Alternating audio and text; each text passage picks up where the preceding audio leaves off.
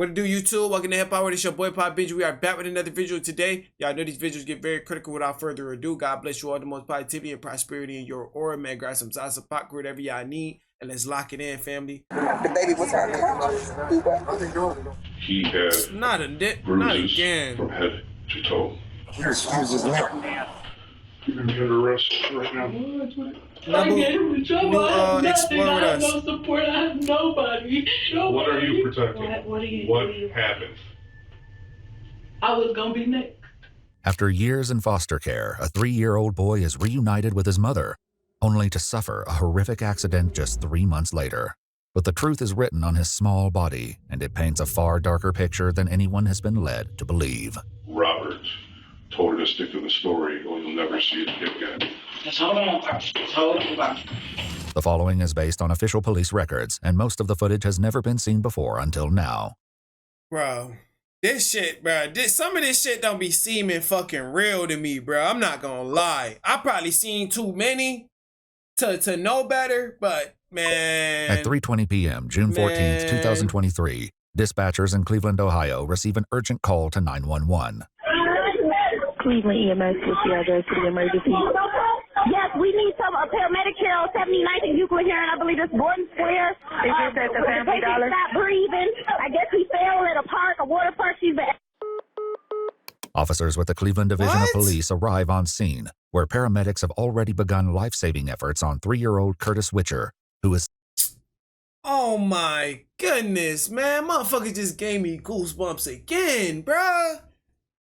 Man, fuck, bruh. This is a cute little boy, man. God bless, God rest this little child's soul, man. Like, people don't be needing kids sometimes, I swear. still unresponsive. Did you see what happened in there? No, he was not here. She came up and ran in the dollar store, asked all of us for our phones. We all called 911. I was on the ground with I don't mean to call him this, but the Caucasian man. He was giving them air, and I was trying to search for his pulse. He did not have a pulse since he got here. I mean, what happened to the baby, though? Like, we don't know. She said he fell. Yeah, she in the van. She had 2 kids with her. This the shit that be pissing me off. Yeah, we're going right now. Okay, but do you know if he has a pulse yet, at least? We want to talk to her. She said in the back of the van. And she's pregnant, too. Yeah. You guys are going to Rainbow Babies? Okay, we'll see you at the hospital.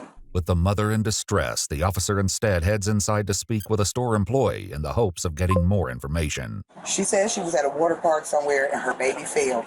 She came in here and asked me if I would call 911. She said that nobody would call 911 for her. I don't know where it happened, but when she got here, the baby was unconscious.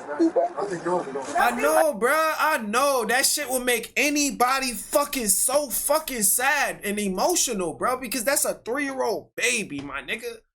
Like, yo, I love my baby so much, bro. And every time I see some shit like this, I'm gonna mention my kids because I love my kids so much and I protect my kids with my entire life, nigga. I lose my life before my kids lose their life.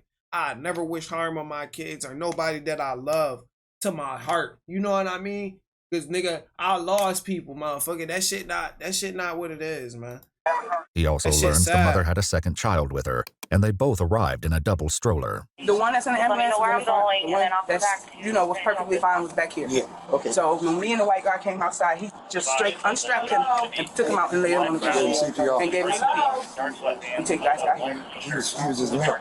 Backup arrives and quickly gets caught up to speed. Okay, so mom's right here in this white van. Ron's in the back of there. They've got a 3-year-old they're working on. I don't think she's not conscious, not breathing. They're doing CPR right now.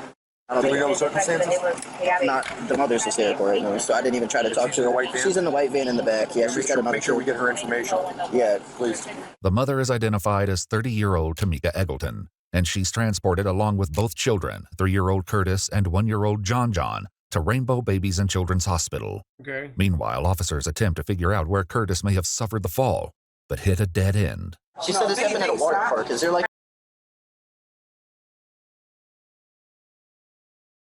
outdoor kids? That's what I'm saying. Not that I know of what kind of sprinkles machine would be over here. Because if it is, she walks No, she came in here with the kid already injured. With no water parks nearby, officers radio their colleagues at the hospital, hoping they can ask the mom for a specific location. Very hard to get any information from her right now.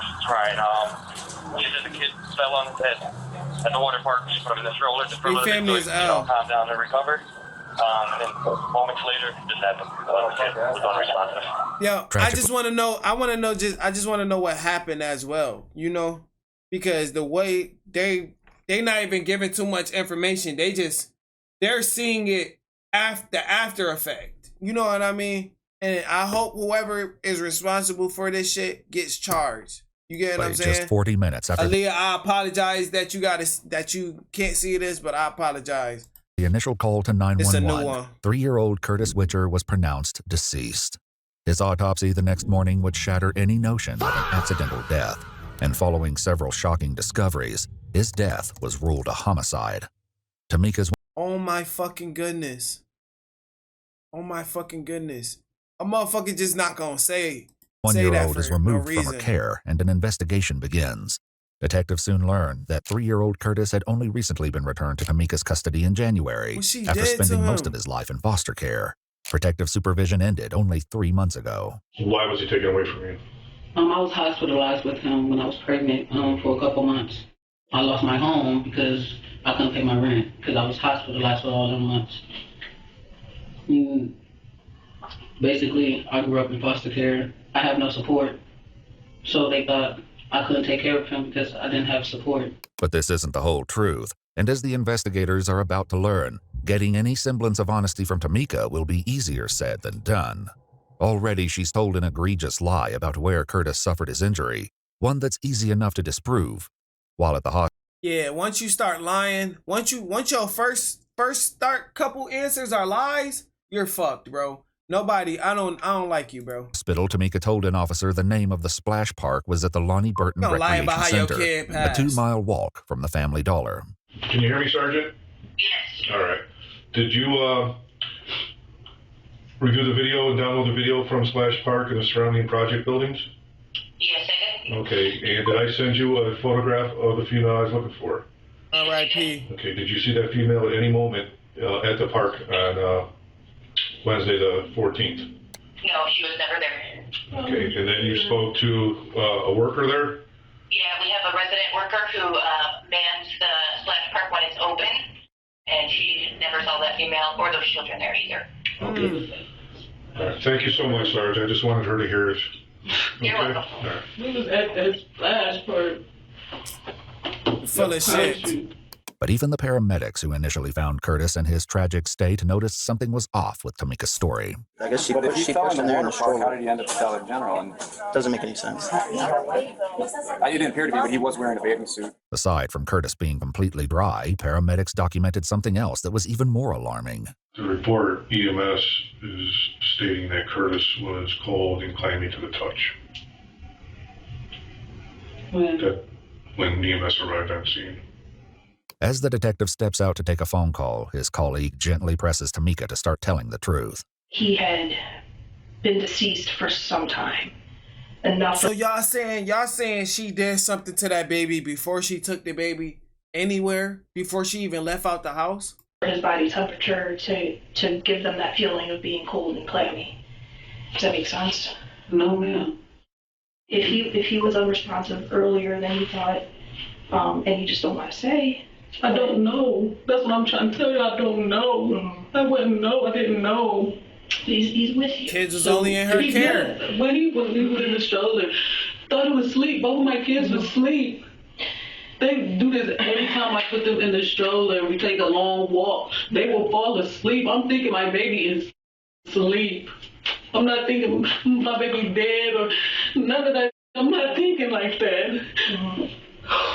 Just calm down.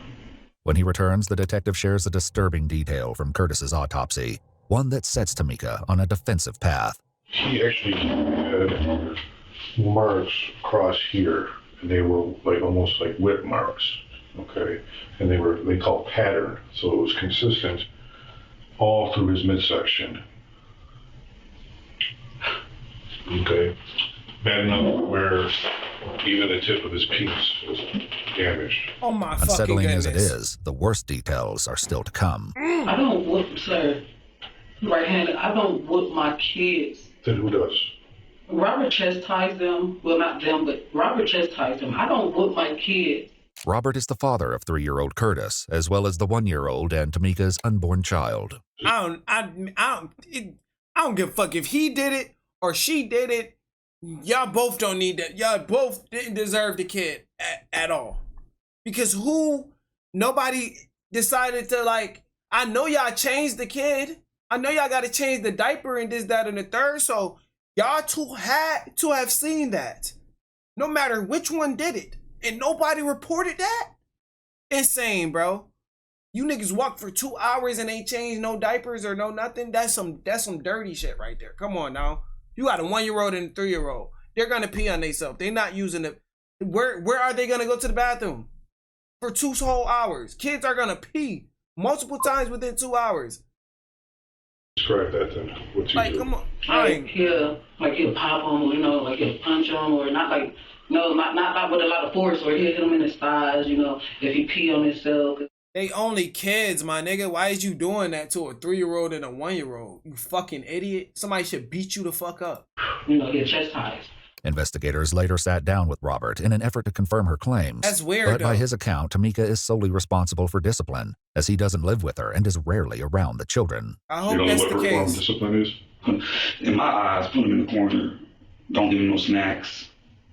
That's what she presents to me. I don't whoop my kids. I do. You stand in the corner.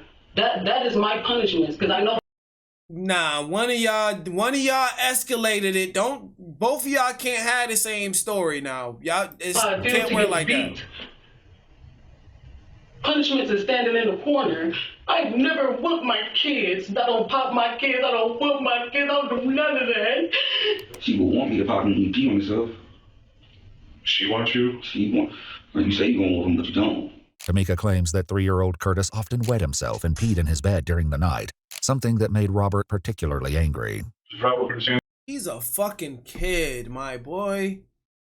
Why y'all not giving him a diaper if he's peeing in the bed? Obviously he can't. Obviously he gotta wear a diaper at night. Give him a little diaper. Y'all got, oh my goodness. Yes. How physical does that get? Bad. One time, he gave me a black eye. Oh my goodness. I had to cover it up because I didn't want them to take John John.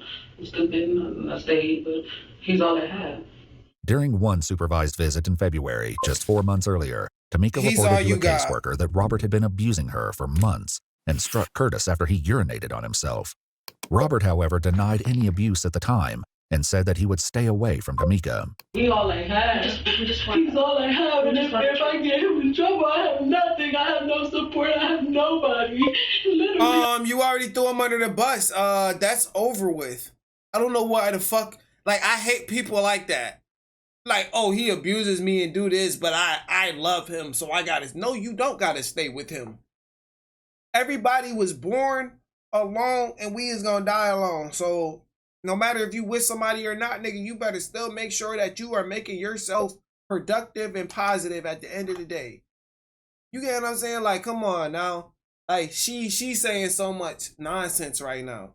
It is what it is. If you can't be with him, you can't be with him. What are you protecting? What happened? Are you willing to go to prison for the rest of your life for Robert? No.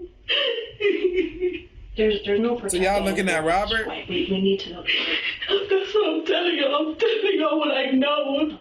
The more you continue down this path of trying to cover something, you're going to separate yourself from the child that you have now, and you're going to separate yourself from the child that you're carrying. Finally, Tamika she's pregnant? begins to open up to the detectives, sharing what happened on the morning of Curtis's death. Robert gets up before me. That's when I had woke up, because and I'm like, it's still dark outside. Like, what is he crying for? You know, he's like, oh, I just whooped him because he just peed through the bed. And if y'all go to my house, y'all will see his drawers, the same drawers that he had on when he went to sleep, is sitting in my bathroom on the floor. Pissy. His whole bed is still pissy, and that's in the living room. Though not on the bathroom floor, crime scene investigators do locate a pair of stained children's underwear in Tamika's apartment bathtub. He wasn't himself that morning. After he whipped him, he wasn't himself. He was coughing. He wasn't himself. He didn't want to eat. He didn't want to drink nothing. I made his favorite food. He didn't even want to eat the pizza. That's still big. I'll go to my house. I even wrapped it up in aluminum foil, put it in a plastic bag. Now, you want to know what pisses me off about the peeing situation? And I'm gonna say it again. They got fucking diapers. You can go buy, which you ain't got enough money to go get a couple diapers. If he doesn't pee during the daytime and he pees when he sleeps, get him some diapers for when he goes to sleep. And just change his diaper. That's all you gotta do, bro. Don't make it seem like a 3-year-old is just gonna automatically be like, all right, I gotta pee. Let me hold my pee till I wake up and go to the bathroom. Like, come on, bro. Certain kids might not develop that until they're probably 6. If you want to keep it a buck, it is what it is. They're gonna get to that point. You have to give kids time, bro. You can't tell me that y'all not that ready. Y'all want a kid to be so independent at 3 years old, bro. That's so sickening and sad, bro. Like, come on now. They're 3. We was gonna eat it when we got home. He didn't even want to eat. He didn't want to drink no water. He didn't want nothing. That's what I'm saying. saying. He didn't want anything. So be okay. He probably just not on it. He not feeling good. That's what I'm thinking. You know, I'm not thinking, he about to die or none of that. I'm not thinking none of that. He said that his chest was hurting from his dad whooping him. And when I confronted Robert about it, I was gonna be next. Motherfucker, you should have called the police, bruh. I don't know. So sorry. That shit's sad. Don't apologize to them. I should have never let him whoop him. I didn't know. I didn't know how severe it was. The detective moves closer to Tamika, offering her comfort as she urges her to own up to an earlier lie. So you never went to this flash park? No, that was the story he told me to tell. Because he didn't. Oh my goodness. Robert. Jeez. Bruh, do y'all think oh my goodness. Do y'all think he controlled her? Or do y'all think she's throwing him under the bus? So niggas say that, Robert, I don't want to get hurt anymore. Why would Robert tell you to say you took him to the park? Because we just got them back. We didn't want to lose them again. Okay, but you, who was he afraid of finding out? But child services. From what? Okay, Robert wasn't even supposed to be around them. Okay. At all. They didn't want Robert around the kids at all because he was beating on me. They didn't want him around them, but I was still allowing him because that's their dad. Yeah. Robert has yet to hear any of Tamika's allegations against him. When asked, he openly admits that despite promising to stay away from Tamika, he spent the night with her on the eve of Curtis's murder. But by his account, Curtis was fine and unharmed when he left for work early the following morning, where he remained all day until receiving the tragic news of his son's death over the Boy, you should have stayed away from her. phone. Still, investigators act on Tamika's claims, not realizing the story they've been told is about to take a much darker turn. If you can't get custody because you putting your hands on this girl and you got no custody, you can damn sure get visitation. And with that visitation, you can make sure. Why are y'all even messing with each other, bro? Y'all already scarred each other. Like, what the fuck is going? Like, I'm done. I'm done talking. I'm sorry, chat. You got idiots on the loose. You're gonna be under arrest right now. You around here? You ain't supposed to be. I understand. Well, this is nothing personal, but because it's a 3-year-old man. That was my little man. I love my man. You're gonna be held overnight. We gotta verify your story because she made a whole bunch of allegations. That was my little man. Okay. He should have stayed in foster care if he was gonna be like this. I would have left him there. He would have been better off there with them. Robert's sister, who has been suspicious of Tamika's story from the start, and damn, y'all put a 3-year-old in foster care? You niggas are pathetic, bro. These niggas is pathetic. enters the room to comfort her brother, and the detectives explain why he's been placed in handcuffs. She finally admitted that she's not going to the splash park. Okay. But she's saying that she had to say that because Robert told her to stick to the story or you'll never see it again. Just hold on, Poppy. Just hold on, Poppy. Just hold on, Poppy. That's why you have your job. That's why you have your job to back you up. 3-year-old lost his life. So that's what we have to look into. And this is the key point. Okay, Curtis was heavily abused. He had bruises from head to toe. The signs are what may have you, like, we had our suspicions. So was he trying to tell me something? Yeah, him, not being able to use the bathroom, potty train He always cry when I leave. So it was like, we kind of figured, but we didn't know. Robert did mention that she wanted him to discipline, but he said he didn't. And he never, we never like believe. We believe in disciplining our children, but not to that mental. He always wanted to be. Say with my daughter, she will tell you how much she loves me and how much I love her. And my children, he helped me raise my children. With him, how much I love him. I know you heartbroken, my man. But you gotta sit up with a better posture. You get what I'm saying? You gotta sit up with a better posture, bruh. Cause nigga, if you ain't do that shit, nigga, I ain't do that shit, nigga. End of story. We playing with a 3-year-old's life, bruh. You might get life for this shit, bruh. It ain't no time to be acting like you confused in my you know what I mean? It ain't no time for that. When he with me.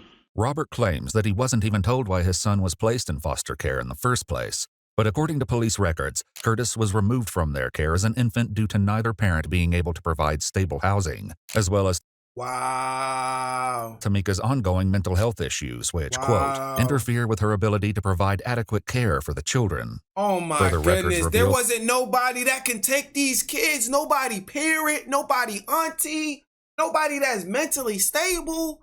Like, bruh, this was gonna happen. That Tamika has lost custody of all of her children except 1-year-old John. Then she mentioned about she had another baby that passed away, but he was buried in Georgia. She never mentioned the baby's name or anything like that. And all she said was, I got a child here and a child in Georgia that's already buried, and I don't know if I want to bury my child or cremate. We never even knew about the birth of the other girls and another boy. Curtis's foster mother, Michelle, raised and took care of him since he was just 1 week old. According to court documents, Tamika attended weekly visits, bonded with the baby, and even fed and changed him. However, as time progressed, she began threatening and cursing at caseworkers, refusing to take her medications, failing drug screens, and visiting less often. But according to Tamika, she had serious concerns about their level of care. So how the fuck did she get the child? I had an issue with the foster people whooping him. I have paperwork where I used to complain when my son used to come visit us with black eyes, bleeding in his ears. He had whips. He had scratch marks. He had all around his neck. He had scratch marks. All around his neck, he had scratch marks. I used to complain about that, and they said there was nothing that I could do because he was not in my care. This is far from the truth. While concerns were raised about Curtis's safety and well-being, those complaints came from his foster family. One report, for example, said Tamika was allowed overnight visits, but Curtis would return wearing the same clothes, which were soaked in urine. No complaints were made about the foster family regarding scratches, black eyes, welts, or bleeding while Curtis was in their care. I should have protected you. I'm so sorry. Fucking so sorry. Reports also described Tamika's lengthy arrest history, including for domestic violence, grand theft auto, resisting arrest, contempt of court, assault, and aggravated menacing. And despite a documented history of how did she get custody of this kid, bro? She is a menace to society and she has mental issues. She's like y'all just be like, it's like y'all throw these kids with these people and y'all know what the outcome is gonna be, but y'all let it happen anyway. You get what I'm saying? It's like, come on, bro. Y'all know this kid wasn't supposed to go back to this lady parents until she got correct. You know what I'm saying? Mentally correct. Like, come on, niggas gotta be out stable before they can be able to take care of a child. Completing drug screens or attending counseling. In January of 2023, Judge Allison Floyd ordered 3-year-old Curtis to be returned to his mother's full custody and terminated protective supervision. In her order, she ruled that the child's return to the home of Tamika Eggleton, quote, will not be contrary to the child's best interest.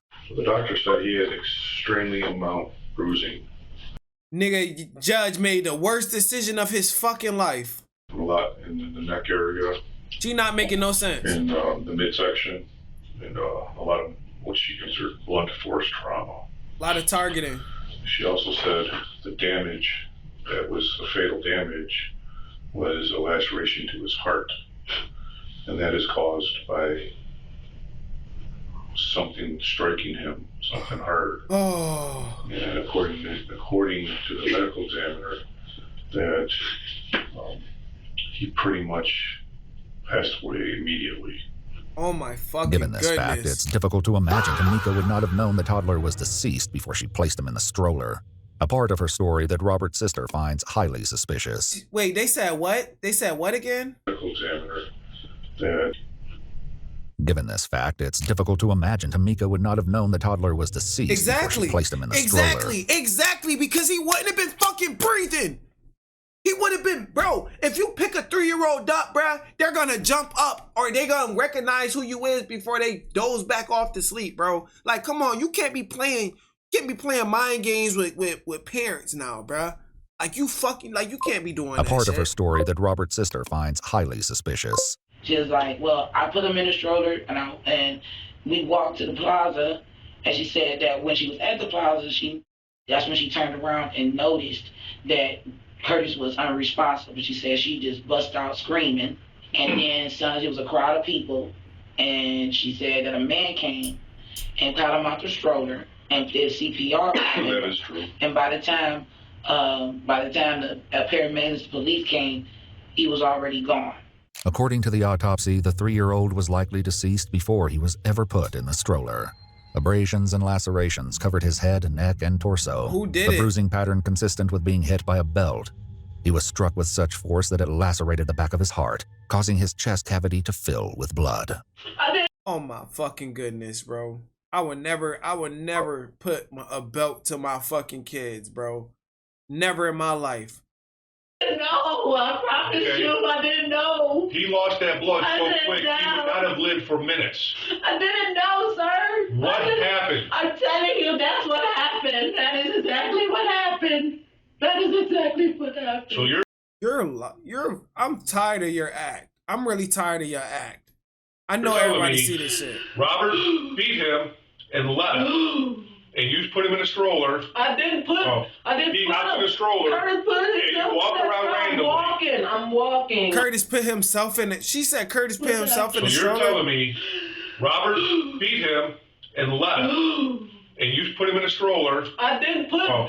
He got in a stroller. Curtis put himself. And you walked around randomly. I'm walking. She's full of fucking shit. I'm walking. And then I'm thinking that they both fell asleep. That he wasn't breathing. I didn't know none of that. I didn't know. Surveillance footage shows Tamika casually walking down the street toward the Family Dollar. Her 1-year-old child in the back appears upright and alert, but 3-year-old Curtis is slumped over the front, completely unmoving in his seat. Given more time to think, Tamika recalls that Robert is the one who ultimately put him in the stroller. He carried him, put him in the stroller. You just say he put himself in the stroller.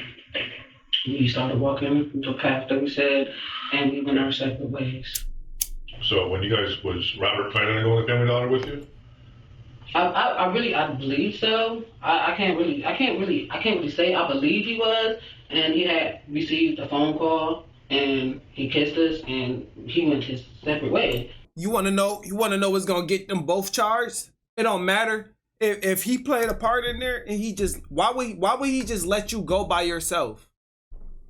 So you was gonna let this happen to your kid, have him put him in a stroller, walk to a fucking Family Dollar and then a water park and report what happened to the kid to the police? Y'all both playing that shit out, whether y'all knew it or not. Y'all both need to get charged, bro. I hope the father really had nothing to do with it. You get what I'm saying? Because her story is all over the place. And she putting mad allegations on this man. You know, he kind of slipped up in a little way, but I don't know, man. I feel like both parents should be held responsible because he was in their care that specific night. But this remains to be seen, given Robert's claims he was at work all morning. Surveillance footage captures the moment she arrived at the Family Dollar around 3:08 p.m., but the at video work. does little to support her claims that this is the moment she discovered the 3-year-old unresponsive. When she arrives, Tamika pushes the stroller to the side and simply stands around until a man hands her a flyer. She tucks it into the stroller and, without acknowledging her children, continues to simply linger nearby. Finally, she peeks into the store but doesn't appear to ask anyone for help before closing the door. Then, without ever once touching Curtis, checking for a pulse, or attempting to wake him, she heads inside and asks for a phone to dial 911. Only now does the gathering crowd realize the toddler is pale and unresponsive. Oh my fucking God. Oh my fucking goodness. Bystanders quickly pull him from the seat and lay him on the curb to perform CPR, while Tamika begins jumping up and down as if in a sudden state of panic. The store manager describes the whole incident as feeling staged. Like, she didn't seem like a grieving mother. You know, she didn't, you know, we had asked her, like, so what do you want to do as an idea as far as services, stuff like that. She was walking around normally, you know, like nothing really happened. Regardless, given Tamika's damning allegations against Robert, the detective says his hands are tied and he has no choice but to hold him in jail overnight while they investigate. She deserves life. In a moment alone, Robert calls his daughter to explain that he won't be able to pick her up tonight. I mean, if you still your uncle, because I told you, she said, Maurice, you wildin'. And they verify my story. Okay. Hopefully I'll be out by tomorrow, okay? I know I'm going to be out by tomorrow, but I love you. I hope you ain't had nothing to do with it, my boy. If you did, shame on you. You know, more. No, I'll you more. No, I'll more. I'll see you tomorrow, okay? Okay. He then talks to his daughter's mother, who speaks out in protest once she learns that Robert will be going to jail. You can't put Oh, hold on. somebody in jail without, they can't do that. Like, what the fuck are they? Downtown in the Justice Center. Oh my God, because I'm trying to get work, and at this point, I'm ready to come up there because that doesn't sound like something that should be happening, Bobby. And you trying to grieve your son, and you trying to, and they trying to put you in a jail cell to collaborate this, to collaborate that. And I understand, you know, but it just don't seem like proper protocol when you got somebody to say that I was at this place at that time. That's your story. I mean, she got a little point, though. She definitely got a point. But the situation just really crazy, you know? You been with things for the baby. Ain't nothing Fold the mama up. Still, they're told there's nothing anyone can do but wait for the evidence to come to light. No, I love you, Bobby. I love you. You don't take That care boy of got to it. You sit don't in get to jail. I'll see you tomorrow, okay? Okay. Investigators would later confirm that Robert got on a bus to work as early as 8:19 a.m., nearly 7 hours before Tamika would begin her walk to Family Dollar. Time cards and surveillance would prove he remained at work until he received the call about his son. Additionally, after speaking with a neighbor, investigators learned that Tamika would often talk about Robert, complaining that he would not discipline the children, or so much as raise his voice. Tamika's own foster mother would go on to describe her as someone who could lie very convincingly, but the evidence speaks volumes. Robert was released after spending one night in jail with no formal charges against him. In a devastating discovery, Curtis's autopsy revealed evidence that he had been beaten repeatedly in the months leading up to his death, a reality that cut deepest for his foster mother, Michelle. After he was returned to Tamika, Michelle still tried to visit and look after him, refusing to stop caring for the child she loved and had planned to adopt. 5 days following the murder of 3-year-old Curtis Witcher, 30-year-old Tamika Eggleton was arrested and later indicted on 1 count of aggravated murder, 2 counts of murder, 1 count of felonious assault, and 1 count of endangering children. In September of 2023, Tamika gave birth to her new baby. According to court documents, the infant and her 1-year-old son have been placed in a foster care home together. On June 11, 2024, Tamika pleaded guilty as part of a plea deal, and 2 of the 5 counts were dropped.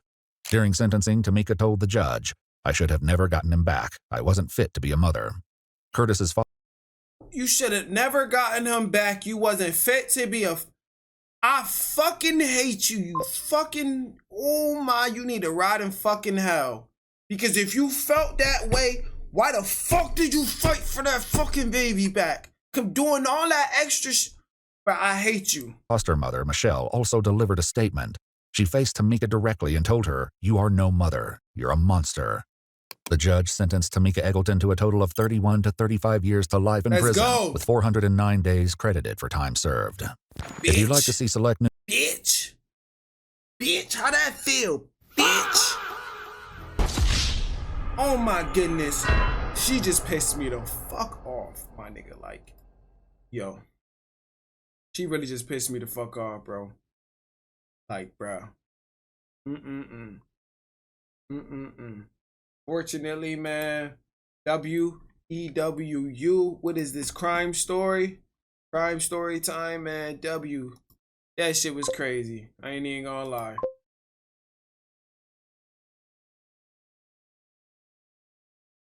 Everybody get into it right now. Hopefully we'll be able to get into that Rage and Karen one after that one. But that's the one we got up. Get out of my face. This is why I can only watch one of these Explore With Us. Justice gets served, but I hate the monsters. They have some very sick monsters. I like through the body cams I seen in my time, they definitely have some critical stuff. You know what I mean? And it's definitely crazy.